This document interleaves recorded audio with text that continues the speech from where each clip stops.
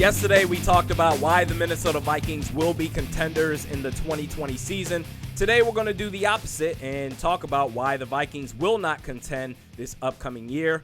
As a reminder, folks, it's draft week, so this week there's going to be lots of content pumping out on this channel. Be on the lookout for that. But if the Vikings 2020 season is a wash, here are the reasons why, starting with the defense, the defensive line. For the most part, I think we'll be fine when you consider Danielle Hunter, Ifeadi Odenigbo, and the latest addition, Michael Pierce. However, in typical Vikings fashion, I could see them feeling compelled to start Shamar Stephen all over again this upcoming season, if for nothing else because he has a $5 million cap hit, 3.7 in dead cap. Well, he makes too much money. We invested too much money in him, so he has to start for us. No, he doesn't. No, he doesn't. Renegotiate, lower the cap hit, or straight up release him. You can do better elsewhere. You need an upgrade. You have Michael Pierce to really open things up for the 3-tech. You need a 3-tech that can actually finish. Next, we move to linebacker. Eric Kendricks, whether the Vikings are contending or not, he will be fantastic.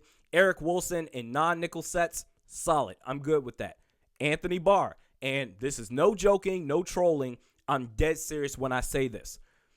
If you go back to the 2014 NFL draft, Khalil Mack, he got taken 5th overall out of Buffalo to the Oakland Raiders. But leading up to the draft, the Minnesota Vikings, they were interested in Khalil Mack and Anthony Barr, right? So Khalil Mack, he got taken, so he wasn't available for the Vikings to decide. But the thought process was, Anthony Barr, he's not Khalil Mack, but he's the next best thing. You can't screw this pick up. And don't take my word for it. I looked up some of the headlines back then, 6 years ago, from Bleacher Report. Anthony Barr versus Khalil Mack is the most underrated storyline of the 2014 NFL Draft. NFL.com, debate.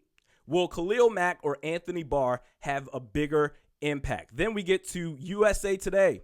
Anthony Barr edges Khalil Mack as top outside linebacker. So the Vikings, they didn't have the chance to take Khalil Mack because he was already selected 5th overall. So they took Anthony Barr with the 9th pick. And the thought was, this is going to be a dynamo player. And after his rookie year, I couldn't agree more. I said, oh my God, we've got something special here. He was a difference maker for this defense. I mean, he ran with force. He ran with purpose. He was an enforcer.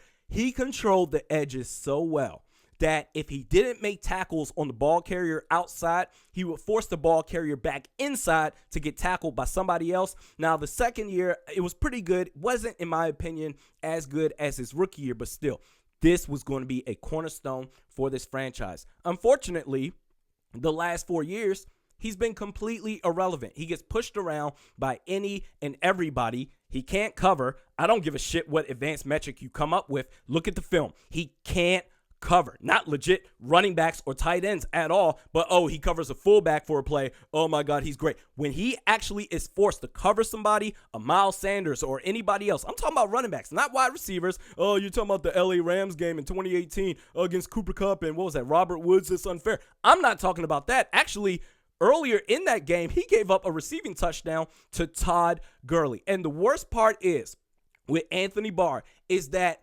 he looks like he doesn't care. He looks like he's content. People are going to praise me no matter how sorry I look on the field. I'm still getting paid a shit ton of money.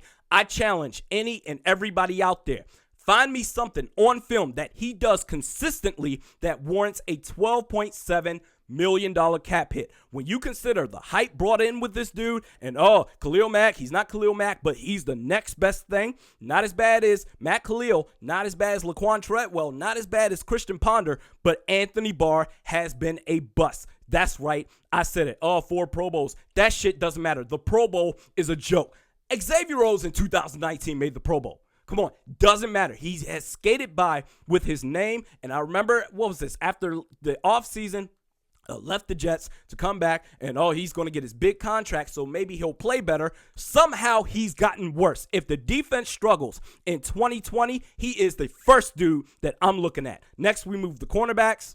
Maybe 2019 Mike Hughes is who he really is. Maybe he continues to struggle and kind of have something similar to Pat Elflein. Started off great the rookie year, second year dipped off a bit, third year just went off the cliff, so we'll have to see. And also, even though the Vikings will address at least one cornerback position in this draft, maybe it takes more than a year to have a respectable cornerback group. Also, moving to safety, if you trade Anthony Harris and the replacement isn't good enough, and assuming you also have struggling cornerbacks as well, the secondary, you're going to have to rely on the pass rush a lot more to cover up the mistakes of the secondary. Now we move to the offense. The offensive line. We look for reasons to neglect it again and then act surprised when it doesn't work out. Hey, here you go, Minnesota Vikings. Here is Will Hernandez. All you got to do is draft him. He's right there. All yours. Nope. Roger Saffold, free agency. Are you interested? Let's go. Nope. So I talked about how the Vikings, they can address the offensive line through the draft